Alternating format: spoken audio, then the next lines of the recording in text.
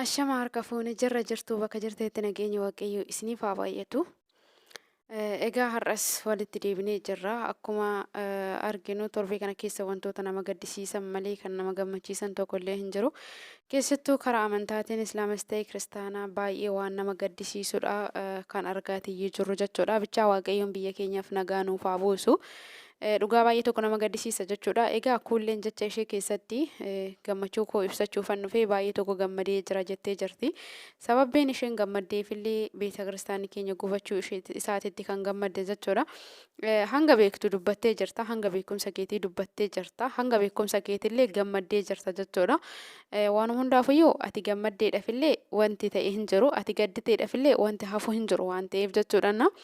Kanaafidha kun wallaalummaa keetii fi hanga beekumsa keetii dubbatte isin jechuu barbaadatan jechuudha. Keessattuu immoo warroonni uummanni as tiiktookii gubbaatti sadaqaadhaaf jecha waan kudhan qabaxaxartanii homaa wanti fiddanis wanti buustanis hin jirtan jechuudha. Maaliif dhuguma amantaa keessan jaalattanii amantaa keessan bakka buutanii dubbachuu osoo hin taane tokkoffaa feemasii ta'uuf beekamtee argachuudha fi gaaris dubbattu hamaas dubbattu namni si daawwata waan ta'eef iyyuu kanaaf jechaadha jechuudha.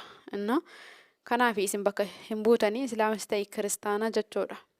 Garuu manni amantaa diigameedha fi gubateedha fi wanti nama gammachiisu hin jiras jedhee hin yaadullee hin jirulleedha jechuudha. Kuni mana waaqayyooti, mana amantaati malee mana nama dhuunfaa tokkooti miti waan ta'eef jechuudha. Islaama keessas namni gaariin namni qixa akka amantaa isaa jaalatutti amantaa birootis jaalatu gaddi amantaa tokkoo gadda isaa akka ta'etti namoonni ilaalanillee ni jiru. Namoonni immoo itti gammadan amantaa hunda keessayyuu ni jiran jechuudha. Kuni hanga namni itti yaade hanga ilaalcha isaatii hanga sammuun isaa itti yaadu waan ta'eefiyyuu maaliif jechuu hin danda'amu jechuudha. Garuu warroonni asirratti sadaqaadhaan jiraattan beekamtii qabna jettanii namoonni hedduun isin hordofu akkuma dhoqqee yookiin immoo akkuma tiitisaa waanuma isinitti fakkaate tokko baatanii gaafa dubbattanu namoonni baay'een achirraa ka'anii waan isin hordofaniif kan gaarii dubbatu gaariin dubbataa kan hamaas dubbatu hamaa dubbataa jechuudha. Tiitisnillee waa hin filattu. Xuraawaadha hin jettu, nuusuudha hin jettu, waanuma argite irra qubatti jechuudha. Inna isinillee akkasiidha. Sijjammara warroonni miidiyaa haasa'an alatti wanti fidamus wanti fiddanis hin jiru, wanti dabaltanis hin jiran, wanti hir'istanis tokkollee hin jiru jechuudha. Ati jetteef miti manni sun manni beeta kiristaana keenyaa kan gubate. Ati gadditeefis miti kanaafuu jechuudha. Garuu kan nama gaddisiisu warra biyya keessatti lubbuu isaanii dhabaa jiran. Beeta kiristaanaaf jecha masgiidaaf jecha warra lubbuu dhabaa jiran jechuudha. Mucaan gadda masgiida fuulduratti du'ee ijoollee lama nama qabuudha. Abbaa ijoollee lamaati. Araasii irraa du'ee tokko jechuudha. Haati manaa isaa hin hojjettu walii gadi fiigee ijoollee san nama guddifachaa turedha namni sun jechuudha. Har'a garuu ijoolleen akka namoonni isa gargaaran taasisaa jirani. Torbee san keessatti akka viidiyoo isaanii dubbatanitti torbee san keessatti namoonni hin gargaarre jedhanii ergasii garuu namni deebi'ee isaan gaafatillee akka hin jirredha kan dubbatan jechuudha. Namni kun waa'ee poolitikaa yookiin immoo waa'ee zaranyinnatii beekee osoo hin taane amantaa isaatiif jecha dursee of kenne jechuudha. Nuti warri miidiyaa amantaa keenyaaf dursee of kennina dhugaa dubbachuudhaaf jechuudha. Sadaqaadhaaf jiraanna. Sadaqaa funaannachuudhaaf tiiktookii kana irratti afaan bantan jechuudha. Warroonni feemasiidha yookiin immoo beekamtii qabna jettan jechuudha. Aboomaa zumbaar likkii isinitti jira jechuudha. Warroonni sadaqaadhaaf jiraattan isin amantaallee bakka hin buutan nama walitti buusuudhaan yoo ta'e malee jechuudha. Har'a namni sun kan du'e eenyu miidhe? Ijoollee isaa miidhe, haadha manaa isaa miidhe jechuudha. Ijoollee saniidha miidhamtuun. Nama birootii miti. Torbee takka yookiin immoo ji'a tokkoof gargaaruu danda'ama. Garuu bakka abbaa isaanii san bu'aniiti namni ijoollee san isaaf guddisu hin jiru waan ta'eef jechuudha. Har'a jibbiinsa nuti asirratti facaasnuuf jecha warra biyya keessaa haadholii abbootii boochisaa kan jiru jechuudha. Warroota homaa hin beekne.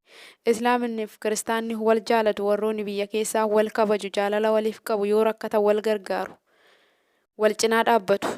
Nuti garuu viyuu fi laayikiidhaaf jecha wal nyaanna jechuudha. As miidiyaa kanarratti gandaan hin jennu maaluudhaan hin jennuuti jechuudha.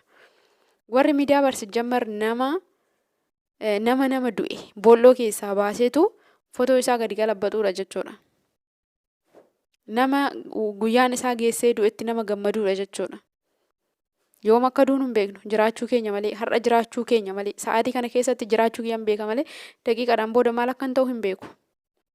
Gin hanguma afurri nu keessa jirtu sana moodu jibbiinsa facaasuudhaan alatti hinduunaa keenyayyuu koo dagannee jirra xirraashumayyuu jechuudha. Inna kanaafuu immoo of dagannee jirraa jechuudha. Kan dhumaa jiru garuu warra homaa hin beekne miskiina jechuudha. Jibbiinsa nuti asirratti facaafnuuf jecha. Quufnee ruuziin mataarra nu koree jechuudha. Namni quufeeti kan akkanatti wal nyaatu miidiyaa kana irratti beekamtii argachuudhaaf jecha. Nama namni guyyaan isaa geessee du'eeyyuu baga duutee nama jedhuudha nuti jechuudha. Kanaaf manni amantaa gubatee manni amantaa diigamee yoo gammaddan nama hin gaddisiisu. Lubbuun harka waaqayyootiin baatee fuuyyuu baga duute namaan jedhuudha jechuudha. Nuti garuu kun wallaalummaa keenyadha. Fakkeenya Hacaaluun gandaaf hin duune amantaa tokkoof hin duune har'a garuu aslii nama sadaqaadhaaf jiraatuuf jecha sadaqaadhaan jiraatuuf jecha suuraa Hacaaluu fuudhanii gadi galabaxaa turan jechuudha. Hangana beekumsi keenya osoo ijoolleen isaa agartee maal jetti? Odoo haati manaa isaa agartee maal jetti? Sabaaf hin duune sabaaf du'e garuu inni amantaa tokkoof miti kan du'e ganda tokkoof miti garuu kan du'e jechuudha. Garaadhaaf jiraatee akka nama kamiyyuu jiraachuu ni danda'a ture fakkeessee jiraachuu garuu Oromoodha jedhee Oromoodha du'e jechuudha. Oromoon inni Oromoodhaaf jedhee du'e sun har'a fuudhanii nama taraa sadaqaadhaaf jiraatuu fi akkuma dhoqqee waan tokko fuudhee namatti laxxafu isaaf jecha nama suuraa Hacaaluu gadi galabaxetu jira miidiyaa kana keessa jechuudha. Innillee qixa namaatitti of lakkaa'a. Kan du'e Hacaaluu osoo hin taane nama suuraa isaa fuudhee gadi galabaxe san isaadha du'aan jechuudha. Kan du'e du'eera inni takka du'ee jira. Garuu inni du'e takka awwaalamee jira jechuudha. Kan lubbuudhaan du'e immoo jira miidiyaa kana irrattuyyuu. Maqaadhaaf jira malee kan du'e ni jira jechuudha. Kanaaf gammade jechuun kan kee hanga beektu dubbatte hanga beekumsa keetii dubbatte. Manni amantaa diigamus wanta ati fayyadamtu hin jiru diigamus dhabuu wanti sirraa hir'atu hin jiru tokkollee jechuudha. Kuni wallaalummaa keetidha. Kanaaf warroon akkas gootanii dogongora keessanidha. Ortodoksiin yoomiyyuu hin baddu amantaan yoomiyyuu hin baddu amantaan abbaa fedheeyyuu jechuudha. Numatu bada malee numatu warroonni amantaa kaan jibbinu numatu bada malee amantaa sun hin baddu jechuudha. Namoonni dhuman amantaa sun inuma jiraatti. Kan jiru amantaa san inuma itti fufsiisa jechuudha. Inuma dhalata dhalli namaa. Tokko yoo du'e tokko inuma dhalata amantaa isaatiif immoo namni aarsaa kafaluu qabu inuma kafala jechuudha. Amantaa isaatiif yoo du'e.